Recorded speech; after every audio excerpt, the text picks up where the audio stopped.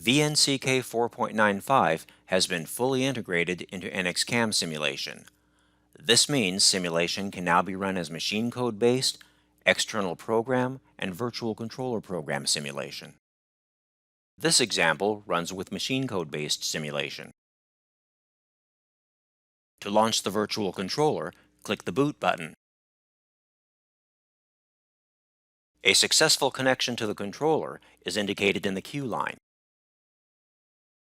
This is also indicated by the displayed machine code in the execution view when machine code-based or external program simulation has been executed.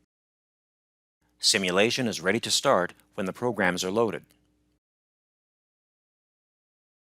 Simulation can be started as usual by clicking Play in the ribbon or clicking NC Start in the Machine Control panel. The VNCK 4.95 virtual controller has been fully integrated into ISV, so all verification options like material removal, collision checking, and speed control are available.